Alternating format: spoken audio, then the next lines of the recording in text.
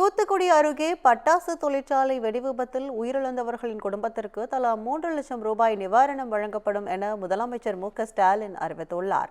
குறிப்பாங்குளம் பகுதியில் ராஜ்குமார் என்பவருக்கு சொந்தமான பட்டாசு தொழிற்சாலை இயங்கி வருகிறது.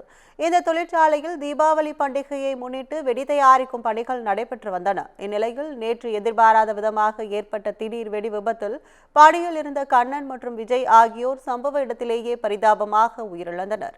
மேலும் செல்வம், பிரசாந்த், செந்தூர்கனி மற்றும் முத்துமாரி ஆகிய 4 பேரும் படுகாயங்களுடன் திருநெல்வேலி மருத்துவமனையில் சிகிச்சைக்காக அனுமதிக்கப்பட்டுள்ளனர்.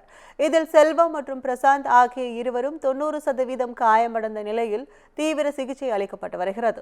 இந்த வெடி விபத்து சம்பவம் தொடர்பாக போலீசார் வழக்கு பதிவு செய்து விசாரணை மேற்கொண்டு வருகின்றனர். இந்நிலையில் பட்டாசு வெடி விபத்தில் உயிரிழந்தவர்களின் குடும்பத்திற்கு முதலமைச்சர் மு.க.ஸ்டாலின் இரங்கல் தெரிவித்துள்ளார். அவர் வெளியிட்டுள்ள அறிக்கையில் உயிரிழந்தவர்களின் குடும்பத்திற்கு தலா 3 லட்சம் ரூபாயும், காயமடைந்தவர்களுக்கு தலா 1 லட்சம் ரூபாயும் நிவாரணம் வழங்கப்படும் எனவும் தெரிவித்துள்ளார்.